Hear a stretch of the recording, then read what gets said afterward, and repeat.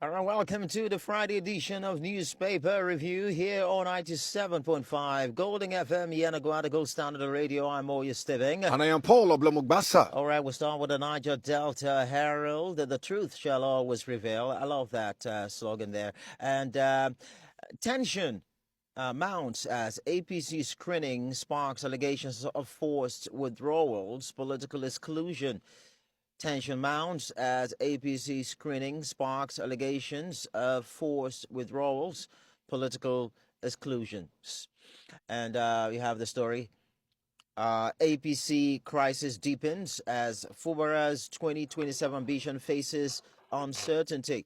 APC crisis deepens as Fubara's 2027 ambition faces uncertainty. The front pages of the Niger Delta Herald is very the front page is very packed. It's very what do you call it? How do I put it now? Tough headlines. You know what I'm saying? You could say mouthful, I guess. I guess you could say mouthful. I guess so. Yeah. Mm-hmm. 2027 Ugeli South APC chieftains endorse Emuobo Gbagi for Delta Assembly seat. It's all about the APC on the front page of the Niger Delta Herald there. 3 Delta women nabbed with 640 grams of Canadian loud. What are they doing with the loud there? Bayelsa Wiki relegated as Remo Eimba hang on. You see that on the back page of the Niger Delta Herald. And look at this one now. 2027 Guba, Senate President Godswill Akpabio endorses Governor Umar Eno for second term. You see that on page 5 of the Niger Delta Herald. Okay, let's get to this day newspaper, and it has the following headlines. It says Africa Legacy Summit begins today amid calls for stronger collaboration in hospitality sector. And also you have Abga primaries, war of titans as Anambra politicians jostle for tickets. Oyo's political chessboard, Ali as aspirant to beat in APC. 2027, Kwara APC must not commit political suicide.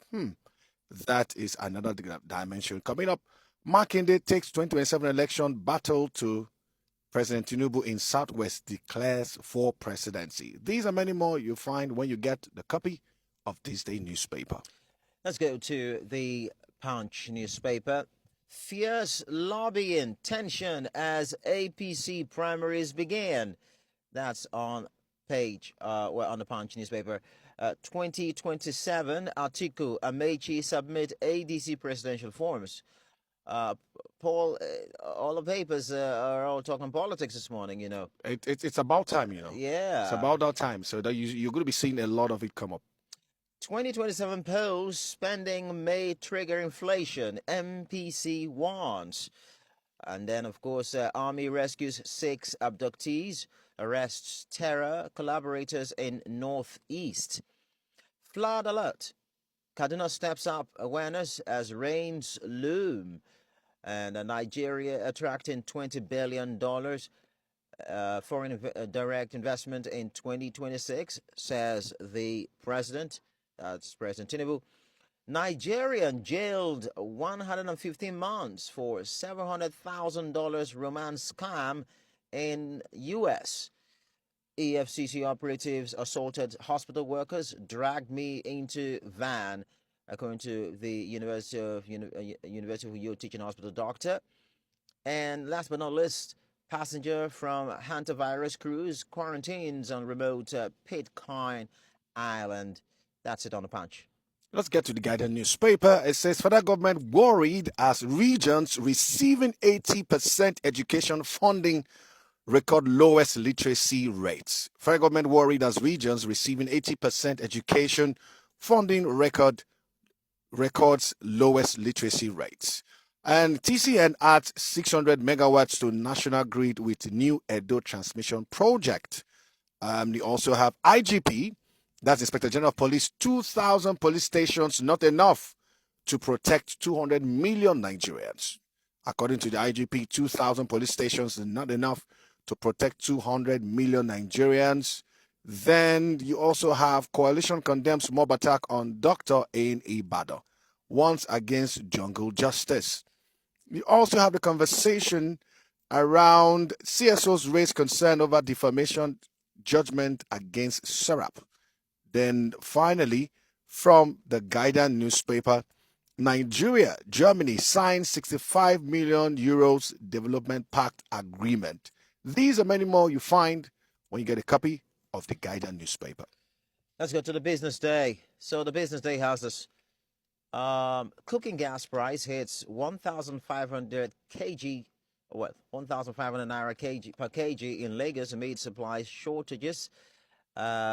Shell levies to Nigeria sink to decade low on onshore exit.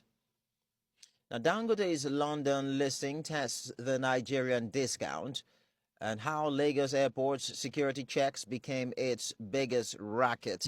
Still on the business day, you have the stories. Africa's largest city seeks climate financing for electric ferry expansion.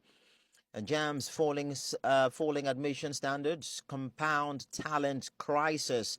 Oyedele sets sight on reform dividend for Nigeria's poor.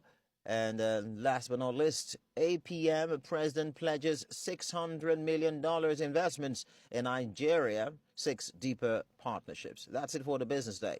For the leadership newspaper, it says former police chief withdraws from Yobe governorship race. Former police chief withdraws from Yobe governorship race. Aspirant scores Governor Kefa's low on performance. Then you also have NOC urges NSC to back Nigerians for international sports leadership roles. Our Governor Okweholo is constructing a modern Edo. That is an opinion on the leadership paper.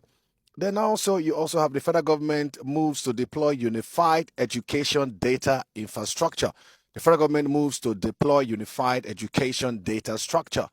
All these and many more you find when you get a copy of the leadership newspaper. Golden FM 97.5.